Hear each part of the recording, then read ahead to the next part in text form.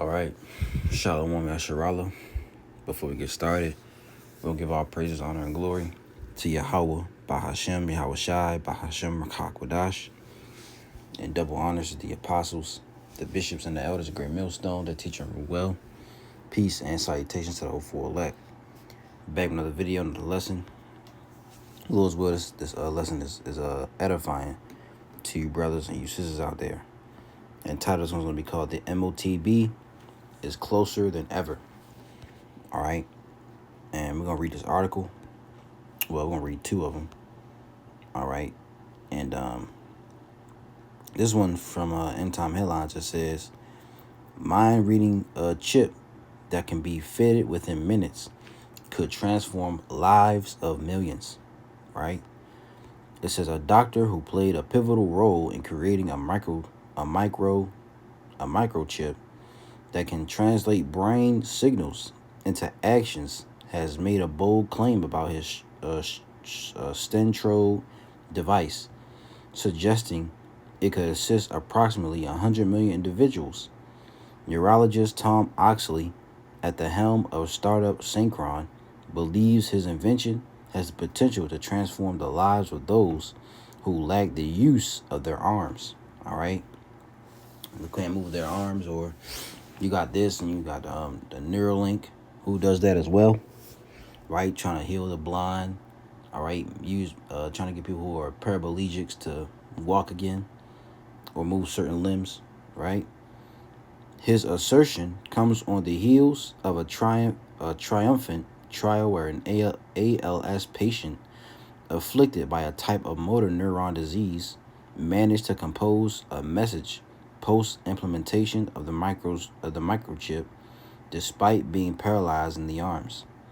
The installation of the device is a swift procedure, taking about 20 minutes, and has attracted investment from high-profile figures such as Jeff Bezos and Bill Gates. Why these two? All right.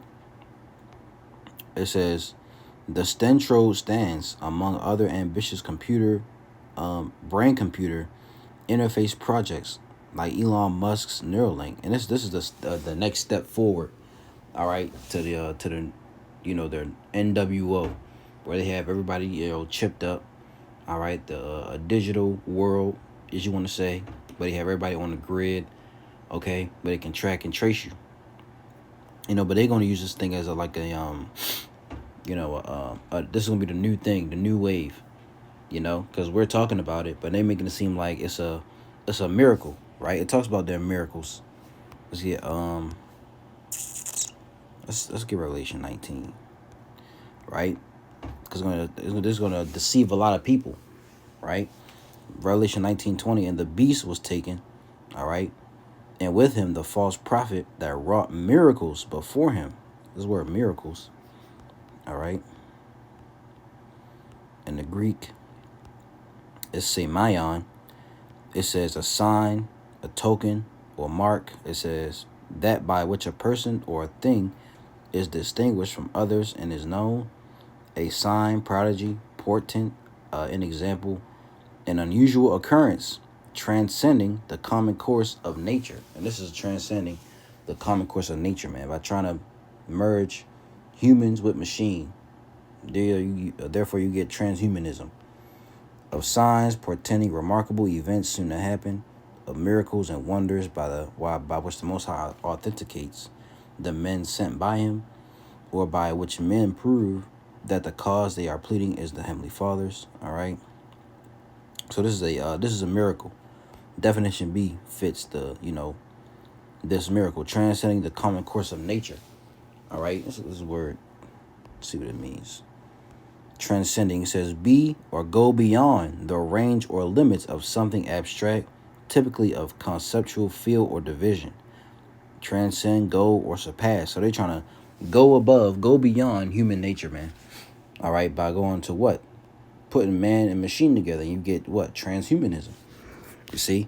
So they're trying to go above the common course of nature, which is human nature. You see? So these are those miracles they're gonna push forward.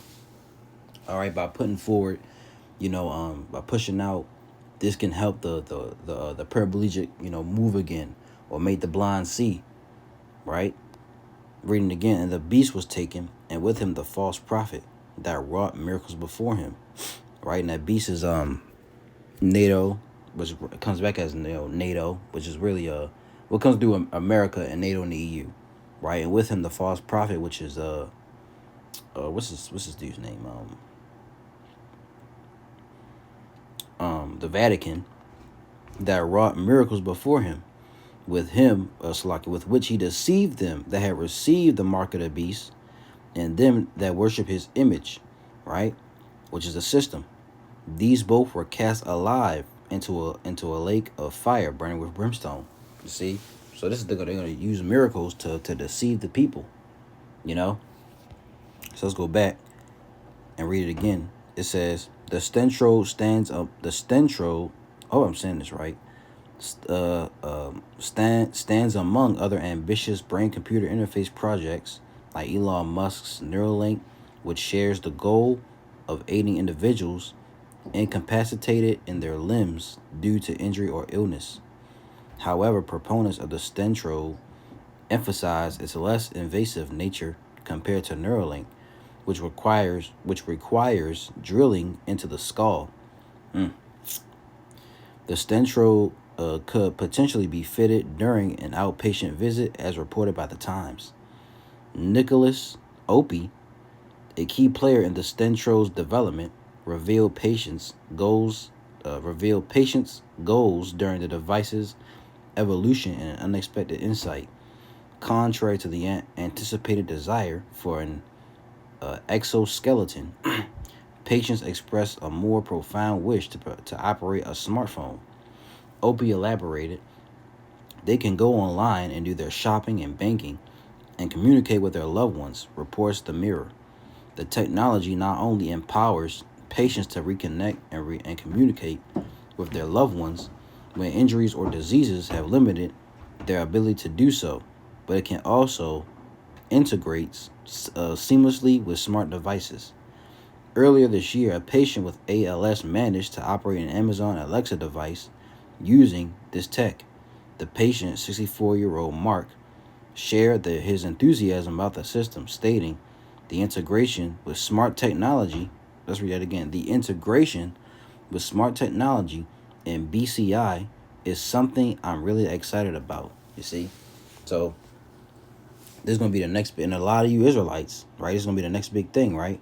There's a prophecy that's going to come to pass, and a lot of you Hebrew Israelites out here who are saying that the mark of the beast is something different, you will have to explain to your congregation, all right, and those who follow, when it's made mandatory, all right, what it really is, man. You got a lot of explaining to do.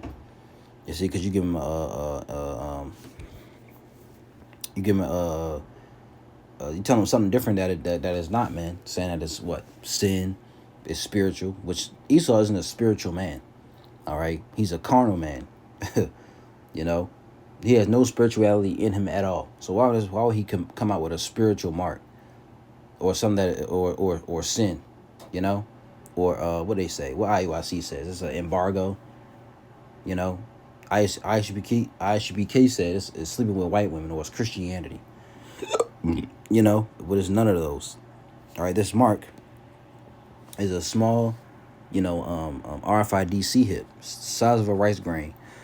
You know, it can come in many different forms. It could look like this. It could look like a size of a rice grain. It could be something different. Still the mark of the beast, right? So let's get this other one. All right, palm technology and microchip hands can become an obsession. It says the new age palm technology and microchip hands are the growing wave of the future, but so are age-old biblical prophecies of the mark of the beast. Burgundy Waller, which is, I believe this. No, that's not her. It's it's this girl right here, in the blonde. You see, what's this girl name? Serena with her. It says Burgundy Waller, recently known as the Chip Girl, and her TikTok videos have recently created a social media stir of 3 million followers. And they're usually going to use celebrities to push this thing out. All right, athletes, influencers, so that people can, because because they have the grasp of the people, the masses. That's who they look up to. They look up to these celebrities and these ball players and these different influencers, man. When a new trend comes out, it says she has 3 million followers on TikTok by demonstrating how a microchip about the size of a rice grain of Salakia, about the size of a grain of rice implanted in her hand serves as a key to unlocking doors, closets, and storage areas in her Las Vegas mansion. So you don't need your keys, you don't need your credit card, right? It says while chip hands might sound new, between 50,000 to 100,000 people globally are using implanted microchip as credit cards, or to store their medical and health information, gain access to gyms, use public transportation, said the Journal of Hand Surgery. All right, and that's what's gonna come to you.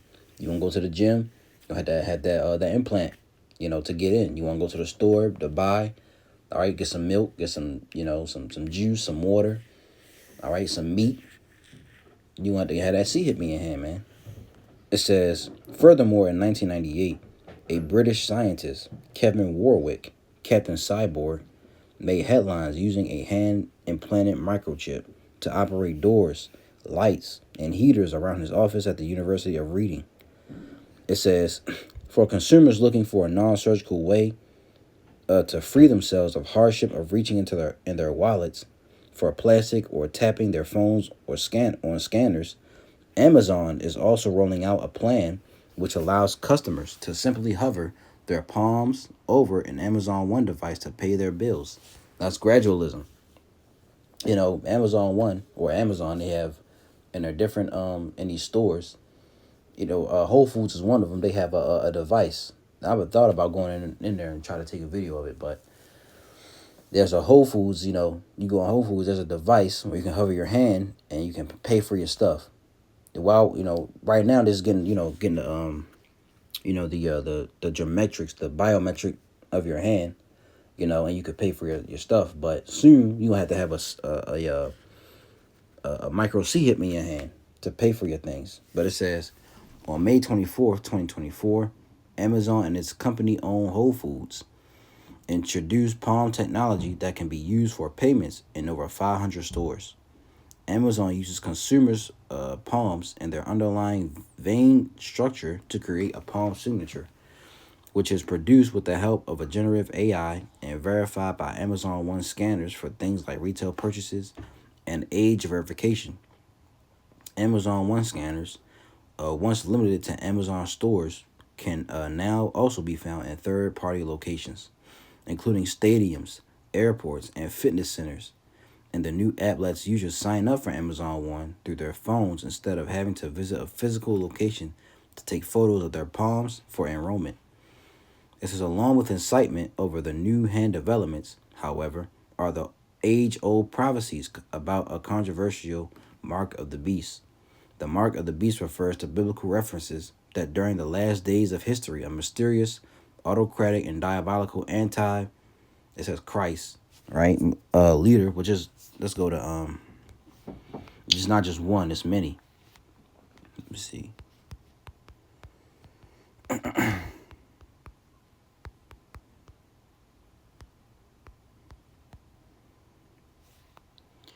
Blue letter, you gotta be precise. So I spelled it wrong. Salakia. 1 John 2:18. It says, "Little children, it is the last time, and as ye have heard that the anti-Messiah shall come, even now there are many."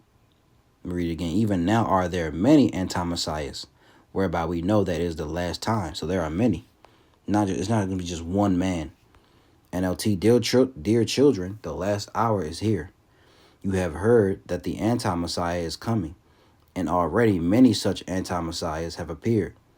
From this, we know that the last hour has come. So there are many antichrists or anti-Messiahs out here. It's not just going to be one man or a leader, right? So it says an anti-Messiah leader will rise to rule over an evil empire where it says Christians who do not bear his mark on their hands would perish because they would be denied life, sustaining goods such as food or medicines. It's not just Christians, it's going to be the whole world.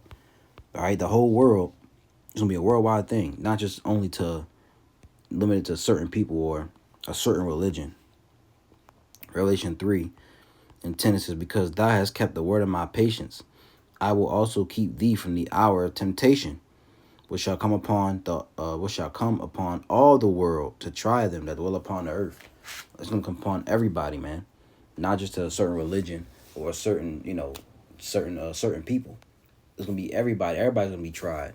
It's gonna be global. See, I want to see something real quick. Hour of temptation. Let's see what comes up. But we know the hour of temptation, all right, is the mark of the beast being made mandatory, because people gonna be tempted. If you don't have the mark, you're gonna be able to buy or sell, so you're gonna be, without. But the elect, they're gonna be taken care of. Lord willing, we have that number, because they're gonna be, it says in Isaiah 65:13, the servants are gonna eat. All right, we're gonna be tempted with different things, your family, wife, kids, whatever, right? So going back, it says, although most we're gonna get to the scripture. I just want to finish this out. Yeah, we could read the rest. I'll just finish this last bit. It says, although mostly ignored by mainstream news, social media are roaring aloud that in the future the hands of Christians, whether chipped or scanned, could play a role somewhat like the Star of David used by these people to identify Jews for death during the Hollow. All right. The specific reference of the mark is found in Revelation 13:16 through 17. All right, which we'll read. It says, the story of the mark and its role in today's technology was featured in my recently published book entitled The Rise and Fall of the Techno Messiah, Artificial Intelligence and the End Times. And you can read more on this if you want. All right, so let's go over that. Revelation 13, which we always bring out. All right, Revelation 13 and 16. And he calls of all right, both small and great, rich and poor, free and bond, to receive a mark in their right hand or in their foreheads. Right, now let's break this down. Let's go to the word mark. Okay. And he's talking about people, not nations. Strong's G 5480. Charagma. Charagma. All right, charagma or charagma, right? And this is a stamp, an imprinted mark. What does imprinted mean, or imprint? Imprinted, impress, or stamp, a mark or outline on the surface or what? Or body, okay, of a young animal, come to recognize another animal, person, or thing. Let's see if we can open it up. All right, I don't know, I can do that. But,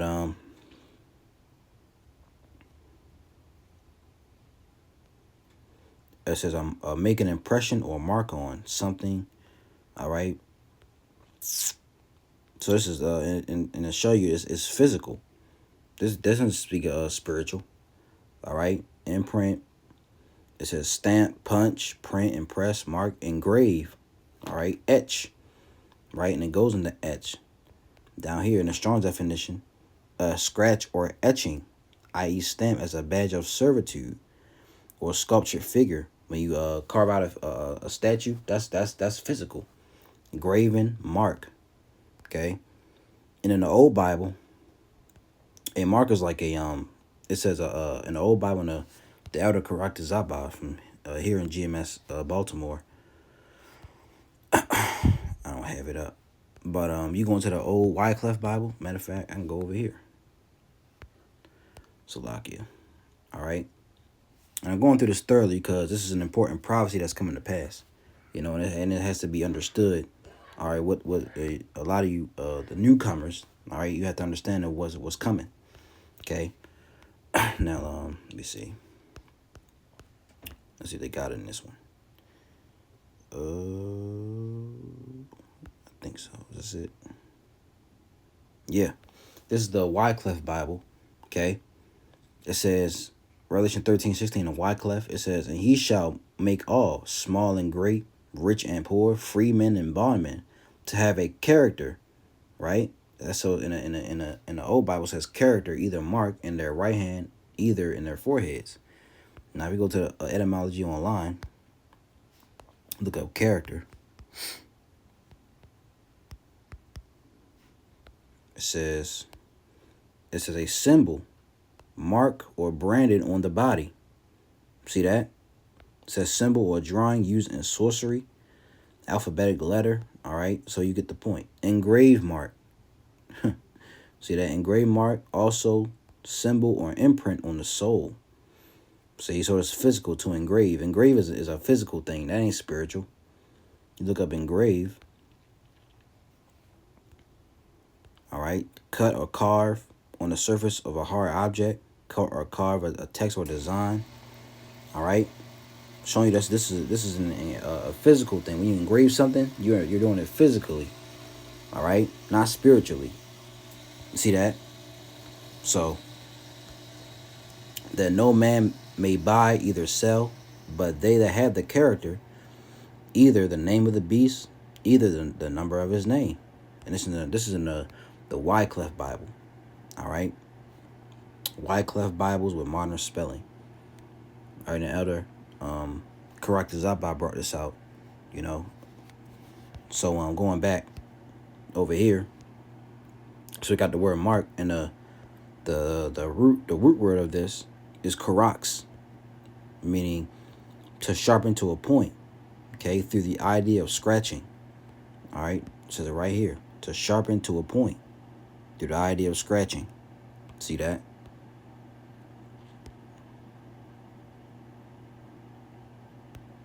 Scratching, the action or fact of marking a surface with a sharp or pointed object.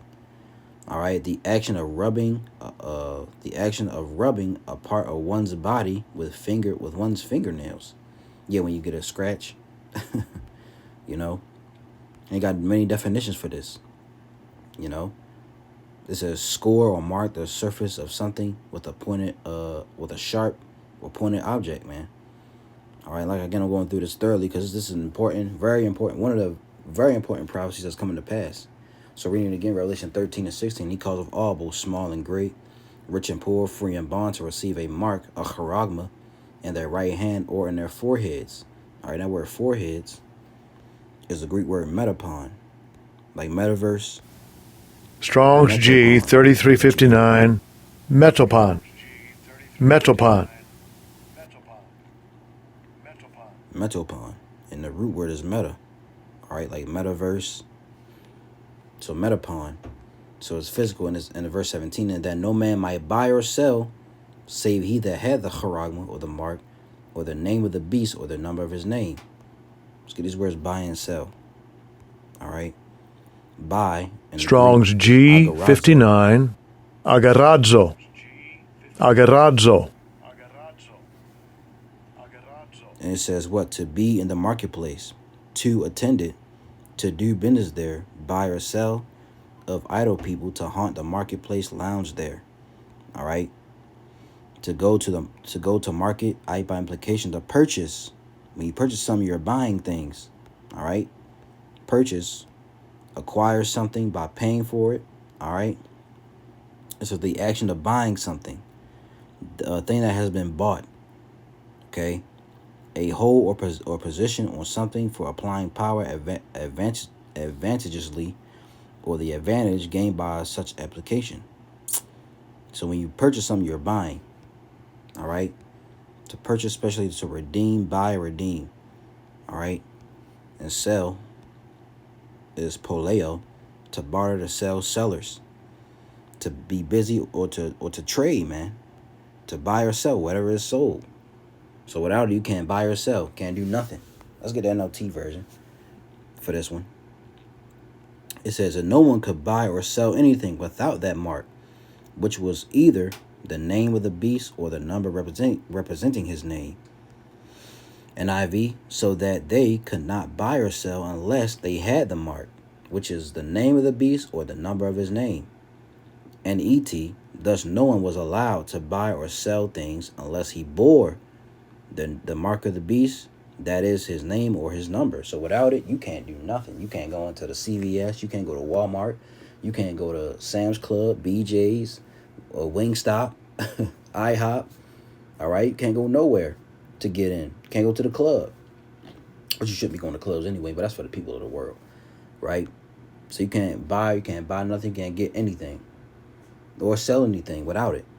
Here is wisdom. Let him that hath understanding count the number of the beast, for it is the number of a man, and his number is 666. And you go into that. All right. Strong's G 5516. Chi, Xi, stigma. Chi, Xi, stigma. All right. Chi, Psi, stigma. All right. 666. The meaning of which is the basis of a much vain speculation. All right. But you get the root word. All right. G 4742 is stigma. From a primary stidzo, to stick, i.e. prick. You got a definition right here. A mark pricked or branded in, so like a mark pricked in or branded upon the body.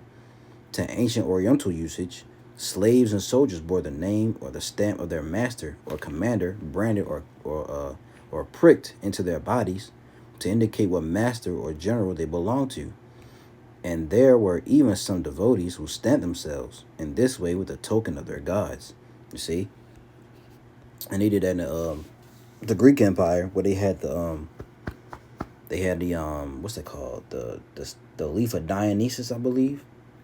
All right, and a strong definition is a mark in size or punched for recognition of ownership. And we did this, if you go back to Exodus, I believe it's chapter 9. No.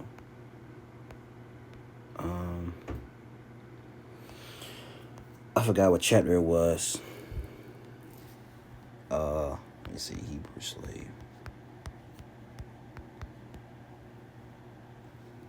Oh man, I forget what chapter it was, but you would have if you had a slave or a servant, you would put an awl. Let me put that in, an awl in his ear.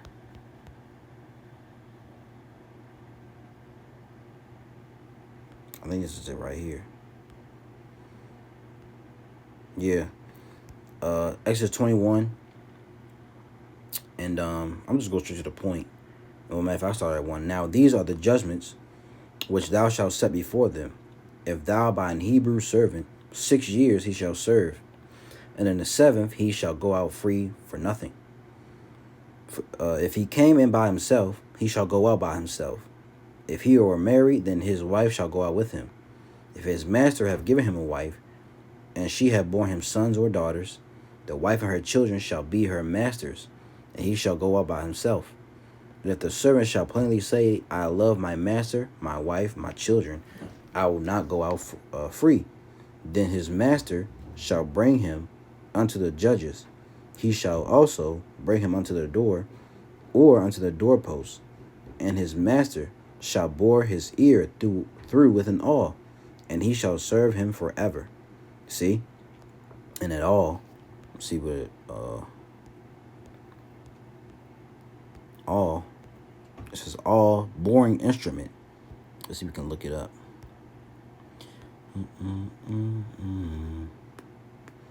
A small pointed tool used for piercing holes, especially in leather. Let's go over to here.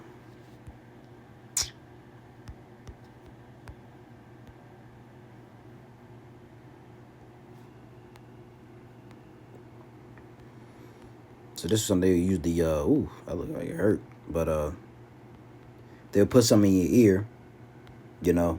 Let's do it like this.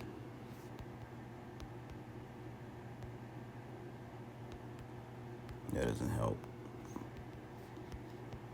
But the point is, they'll put something in your ear to show that you belong to this particular person. They're gonna do the same thing. You're gonna have a digital awl. All right. So this is the mark of the beast, Revelation 13, 16 through 18. Now there's a punishment, all right, in Revelation 14 if you take that mark. Verse 9, okay, and the third angel followed them, saying with a loud voice, if any man worship the beast in his image, all right, the beast, all right, is the Roman Empire revived as America through NATO and the EU, Okay, that's the beast. His image is the system, the Roman system, not just a picture of Jesus Christ or Cesare Borgia. All right, and receive his mark, which is the mark of the beast, in his forehead or in his hand. The same shall drink of the wine of the wrath of the Most High, which is poured out without mixture into the cup of his indignation.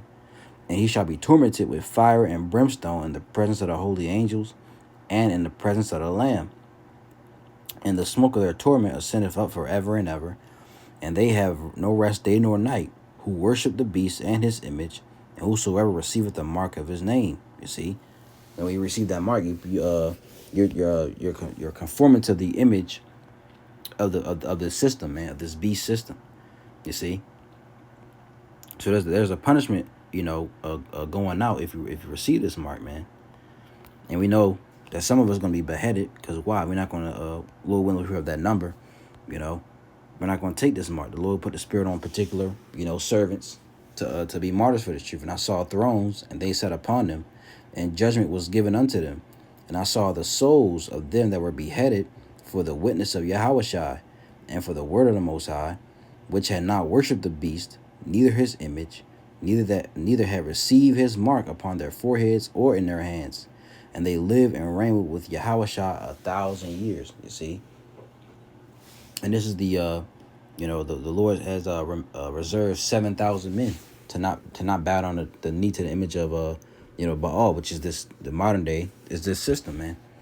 You see, and Lord willing, we have that number. So the MOTB is closer than ever, man, than we think. So pray and ask the Lord to give you strength and when that time comes, man.